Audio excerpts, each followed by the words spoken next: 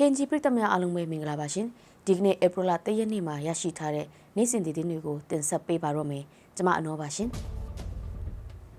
မြစ်ချနာမြို့မှာပုဒ်တူဟိုးနေ့တိုင်းကားဆိုင်ငယ်ဖမ်းဆီးမှုစတင်နေပြီဖြစ်ပါတယ်ရွှေကူမှာဆိုင်ငယ်တွေကိုစုံမသတ်မှတ်ထားတဲ့ယာယီနံပါတ်ပြားတွေတပ်ဆင်ပေးပြီးဆိုင်ငယ်တစ်စီးကိုငွေကျပ်3သိန်းပေးဆောင်ခိုင်းနေတယ်လို့ဒေတာခန်တွေပြောပါတယ်စတဲ့သတင်းတွေနဲ့အတူနောက်ဆုံးရရှိထားတဲ့သတင်းတွေကိုတင်ဆက်ပေးသွားမှာပါမြစ်ချနာမြို့မှာ73စီချိုးချံကျွေးတာရဲ့အကြောင်းပြပြီးစစ်ကောင်စီတပ်လက်အောက်ရဲတပ်ဖွဲ့ဝင်တွေနဲ့ရင်သိမ်းရေးတွေဟာမြို့တွင်ဆိုင်ကယ်ကားတွေကိုဖမ်းဆီးခဲ့တယ်လို့မြစ်ချနာမြို့မှာနေထိုင်သူတွေပြောပါတယ်။ပြီးခဲ့တဲ့မတ်လ22ရက်နေ့မှာစစ်ကောင်စီကစွမ်းရည်ဆိုင်ရာစိန်ခေါ်မှုများကြိုတင်ပြင်ဆင်တဲ့အနေနဲ့73စီသုံးဆွဲမှုကျွေးတာရှော့ချရန်ရည်ရွယ်ကအစိုးရရုံးဌာနဝန်ထမ်းများအပတ်စဉ်ဗုဒ္ဓဟိုးနေ့တိုင်းရုံးမတော်ပဲနေအိမ်အဆောင်များမှရုံးလုပ်ငန်းဆောင်ရွက်ကြရန်ထုတ်ပြန်ခဲ့ပါတယ်။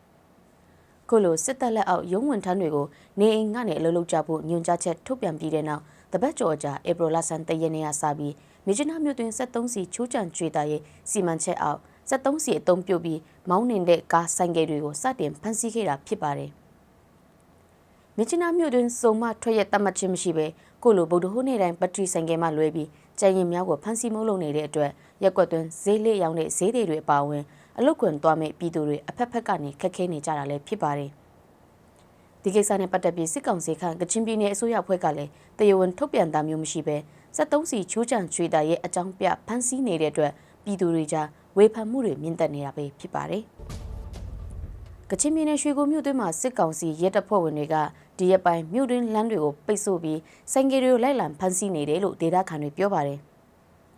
စစ်ကောင်စီရဲတပ်ဖွဲ့ဝင်တွေကရွှေကူမြို့တွင်းမှာပြီးခဲ့တဲ့မတ်လ29ရက်နေ့ကစပြီးရွှေကူတင်မိုးစိတ်ကနေအမတ်လေးရက်ကွက်လမ်းဆောင်အထိလူသွားလူလာများတဲ့လမ်းမကြီးလမ်းကြားတွေမှာပိတ်ဆို့ပြီးဆိုင်ကယ်လိုက်စင်တွေကိုအဓိကထားလိုက်လံဖမ်းဆီးနေကြောင်းမြို့ခံတွေကပြောပါတယ်။အဲ့ဒီဖမ်းဆီးထားတဲ့ဆိုင်ကယ်တွေကိုစုံမတတ်မှတ်ထားတဲ့ယာယီနံပါတ်ပြားတွေကိုတပ်ဆင်ပေးပြီးဆိုင်ကယ်တစ်စီးကိုငွေကျပ်3သိန်းပေးဆောင်ခိုင်းနေကြောင်းသိရပါတယ်။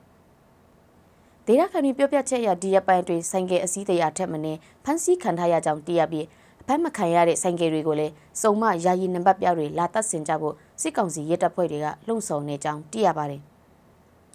စစ်ကောင်စီကလက်ရှိကမ္ဘာ73စီအကြက်အတီးကြောင့်ပြည်တွင်း73စီတုံးဆွဲမှုရှော့ချနိုင်ရဲ့အတွက်မော်ရိုရင်တွေကိုစုံရက်မရက်ခွဲခြားပြီးမောင်းနှင်ကြဖို့အမိန့်ထုတ်ပြန်ခဲ့တာဖြစ်ပါတယ်။ကမ္ဘာတိုးမှာလေထုညံ့မှုဟာလူအများစုနေ့စဉ်ရှူနေရတဲ့လေဟာမလုံခြုံတော့ဘူးလို့ WHO World Health Organization ကတတိပေးထားပါတယ်။အထူးသဖြင့်အာရှဒေသမှာလေထုညံ့တဲ့ပြဿနာတွေပိုမိုဆိုးရွားနေပြီးဘန်ကောက်အပါအဝင်ထိုင်းနိုင်ငံမြို့ကြီးတွေမှာ PM 2.5 အဆင့်မြင့်တက်နေတဲ့အခြေအနေတွေရှိနေတယ်လို့သိရပါတယ်။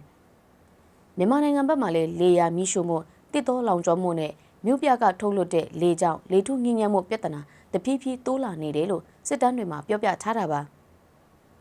ဒါကြောင့်ထိုင်းနဲ့မြန်မာတို့လိုနေနိမိတ်ချင်းထိစပ်နေတဲ့နိုင်ငံတွေမှာဖုံမုတ်တွေကနေနိမိတ်မရွေးပြန့်နှံ့နိုင်တာကြောင့်ပြဿနာကိုပူပေါင်းဖြေရှင်းဖို့လိုအပ်နေတယ်လို့ပြောဆိုထားပါတယ်။သူတေသနတွေကလည်းရာသီဥတုပြောင်းလဲမှုကြောင့်တောမီနဲ့ဖုံမုံတိုင်းတွေပိုများလာပြီးလေထုအရေးသွေးကိုပိုမိုဆိုးရွားစေတယ်လို့ဖော်ပြထားတာပါ